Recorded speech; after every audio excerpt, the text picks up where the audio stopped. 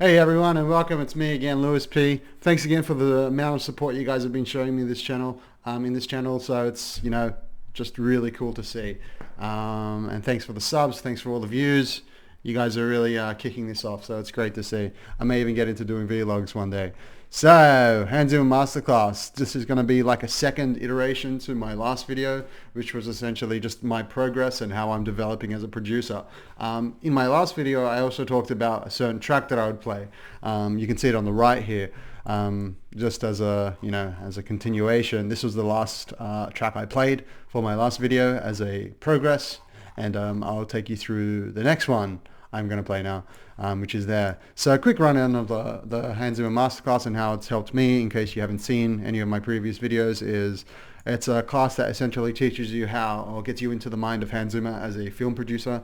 Who is Hans Zimmer? He's basically done The Lion King, The Dark Knight, Interstellar, some major movies that everyone on the planet has heard and can probably remember the tunes to. So this is the guy that's built and created all those amazing pieces of art, if you want to call them that. So the class is 31 lessons. I mean, it takes a while to go through. It's super exclusive. I don't think he's ever done a class like this, and the price is ridiculous for what you get out of it and who it is.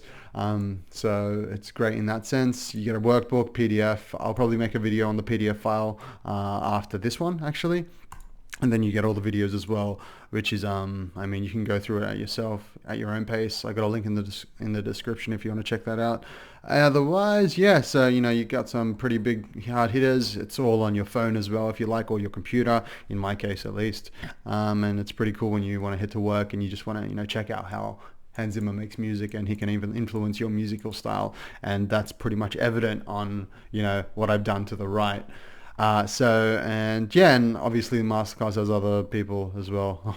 Oh, I didn't realize they had a Steve Martin one, but and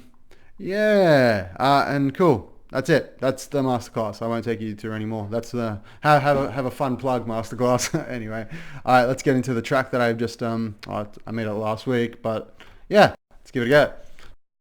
All right, so basically the point of so what I've done this time is, okay, granted, in my last video I talked about the frequency levels that I dealt with, and that's about using the entire spectrum of music creation. Now it's more about for me, what I really picked up, and after listening to his music a lot, I noticed he uses the same instrument in different octaves.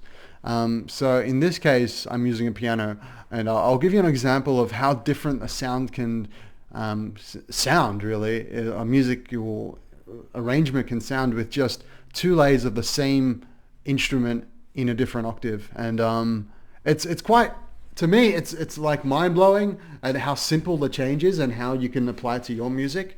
But just I'll play this. Check this out. Granted, this isn't supposed to be a piece of art. This is just like like a sample piece that I've just put together. So there's nothing insane about this or anything like that. So anyway, let's just go into this, and then I'll adjust this octave, which is the same tune as there's two pianos. They're both basically the exact same thing, but in this case, I'll just increase and decrease the octave, and you'll hear exactly how, like, you'll hear it, like the sound sounds completely different. Anyway, check this out, and here we go.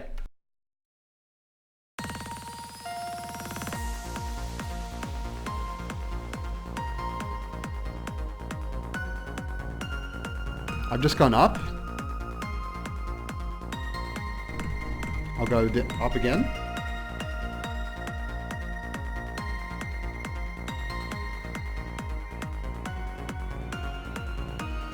I love that. That sounds amazing to me.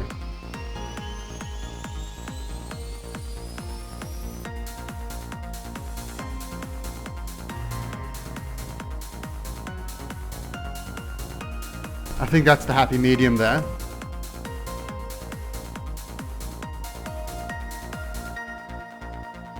That's really it. Again, this is not like a masterpiece like I'd say my other one was. No, it wasn't.